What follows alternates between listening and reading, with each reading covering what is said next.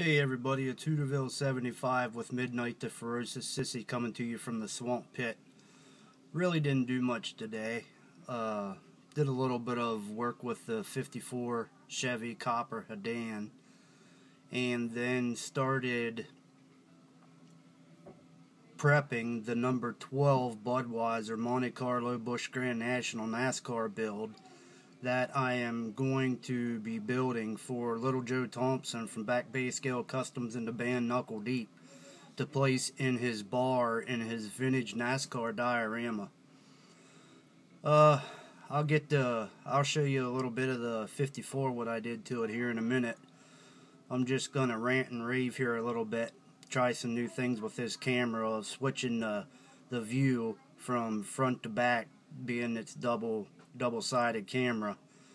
I had an interesting personal message the other night. The gentleman that sent it, I won't say the name just because that's just the way it is. I don't think it's right, but kind of pissed me off.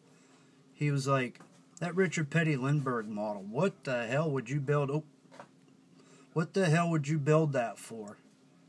Well, I'm like, why wouldn't I build it? It's a model. He was like, "Yeah, but it's older, man." He said, "You should keep that and keep it for a collector's item. Hand it down generation to generation." Well, I got to thinking about it, and I'm like, that might be alright for you to do if that's what you want to do, but why? I don't want to do that. I want to build it. That's why I bought the kit. I mean, kits, in my opinion, were made as models to be built, not saved. I mean, what's the purpose of saving them? Kind of just, I don't know, it kind of just pissed me off. And the end result was, being bipolar set me off, and I just, being like I am, told him what I thought. I was like, till you buy the kits for me that I put together, don't tell me how it should be. That's, if you want to buy the kits for me, then I'll build what you want me to buy and collect what you want me to collect. Till then, model kits were made to be built. So that's what I'm doing with them, building them. I have baseball cards that I've sold because they're worth money. Why collect it?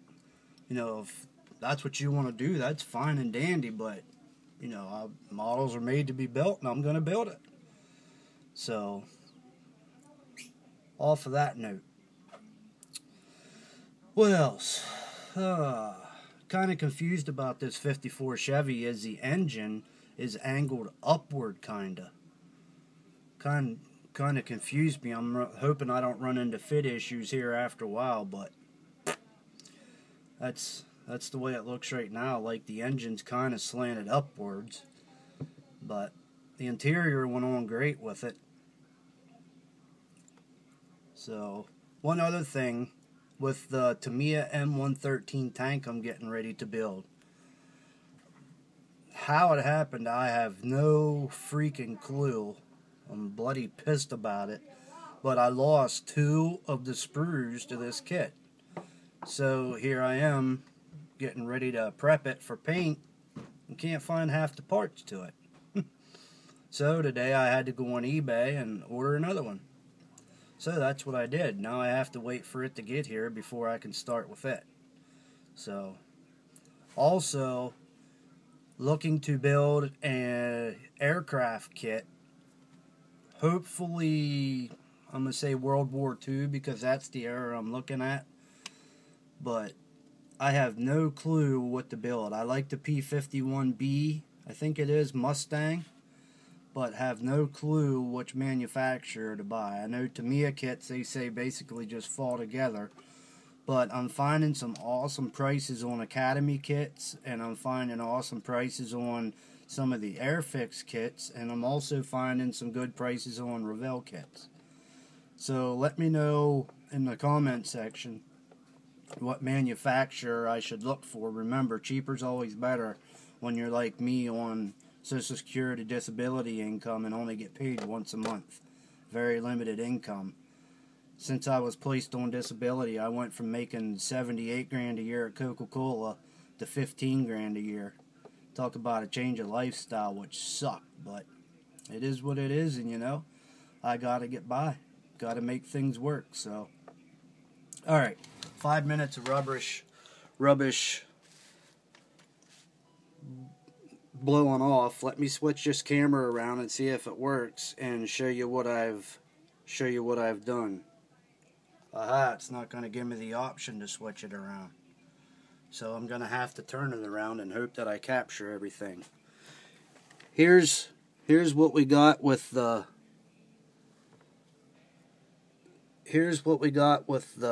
54. Man, I can't even do this. I never did this before this way. So that's the interior. I apologize for this video quality. Oops. Never did this way before. Sorry, people. There's the seats in, the doors, back doors. Getting ready to do the rest of it tomorrow. Hopefully finish this kit off here pretty soon. There you might be able to see the way the engine is slanting upwards. Kind of confused by that, but I just really like the way that ivory accents the copper. So that's basically all we got done there. And then the rest is just the Neil Bonnet Budweiser car that I showed in the previous video. I just started prepping that, so you seen how I prepped the models the other day. So yeah, that's basically where we're at. So like I said, I was trying something new here and it didn't work out the best, so I'll know not to do that again from now on. So that's it, my friends.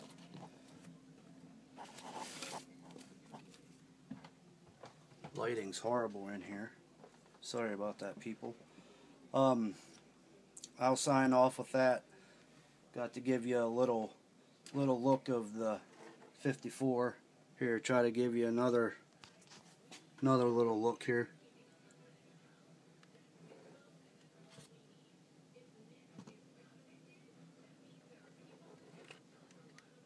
So, rate, comment, subscribe. Let me know what you think.